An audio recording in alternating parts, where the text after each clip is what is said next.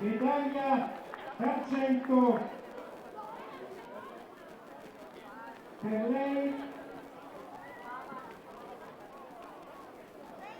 Ed ora signori, campionessa provinciale 2015 di prove multiple nel biathlon categoria cucciole con 561 punti è Giulia Cenadonna del CS Triathlon.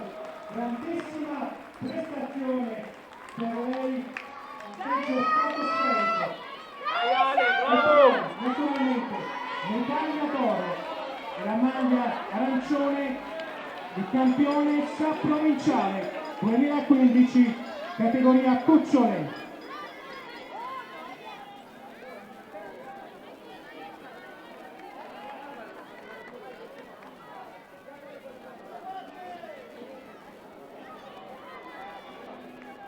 E dopo le nostre cucciole passiamo alla premiazione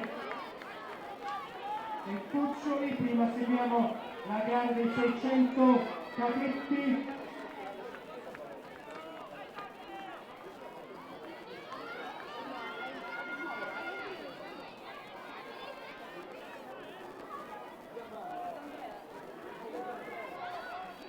Seguiamo la gara dei 600 metri cadetti.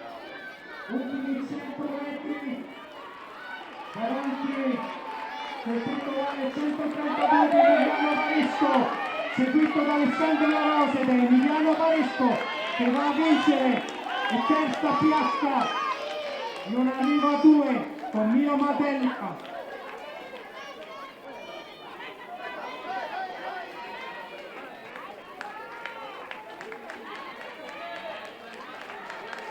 Dopo la gara di 600 metri cadetti facciamo la premiazione della categoria cuccioli.